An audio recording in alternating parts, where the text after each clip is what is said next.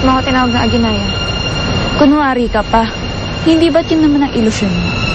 Kaya ka nga dikit ng dikit kay Machete. Nagkakamali ka, hindi yun ang iniisip ko. Sa'yo nang galing to, diba? Oo, bakit? May kasama pa ba tong iba? Wala. Sigurado ka? Oo, sigurado ko. Yan lang ang nakita ko dun sa lugar na yun. Bakit? May kinalaman ba kay Machete yan? Wala kang karapatang pusisain ako. Gumayak ka na dun at ituturo mo sa akin kung saan mo ito napulot. Saan mo napulot pa ito? Turo mo nga sa akin? Saan? Dito. Saan mo napulot? Lucho! Tawagin mo na yung mga tao mag-lucho. Ano bang nahanap natin mo, Marla? Bakit ka nagkakon? Paano ko po kayo matutulungan kung hindi ko naman alam kung ano yung nahanap natin? Isang sandata. Ang sandata ni Machete. Posibleng nandyan pa rin yun. Ang sandata ni Machete? Baka naman may alam ka. Wala. Ang sinabi lang sa akin ni Inay, makapangyarihan ng sandatang yan, pero yung mga alam ko. Sige na, simulan nyo na yan.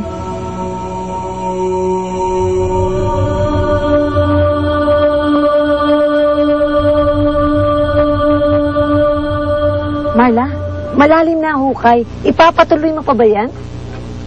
Ma, ako magsasabi kung kailan sila titigil. Eh next time, sabihan mo naman ako kung gaano katagal ang sun exposure natin. 75 SPF sana ginamit ko. Uy, balat.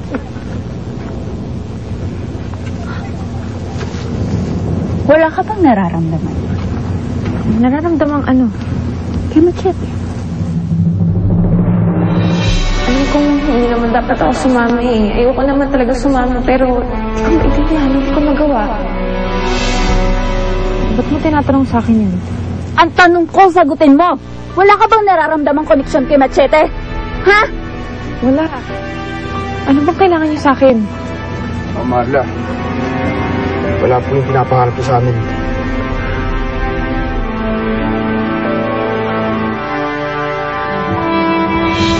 Itigil nyo na nga yan! At ikaw, Rosel, huwag na huwag kang magkukwento kahit ano kay Machete. Mas matatahimik ang buhay mo kung lalayo ka sa kanya. Naiintindihan mo ba ako? Ha? Tara na. Kailangan mo kauwi ako ng bahay bago lumubog ang araw. Ay, salamat.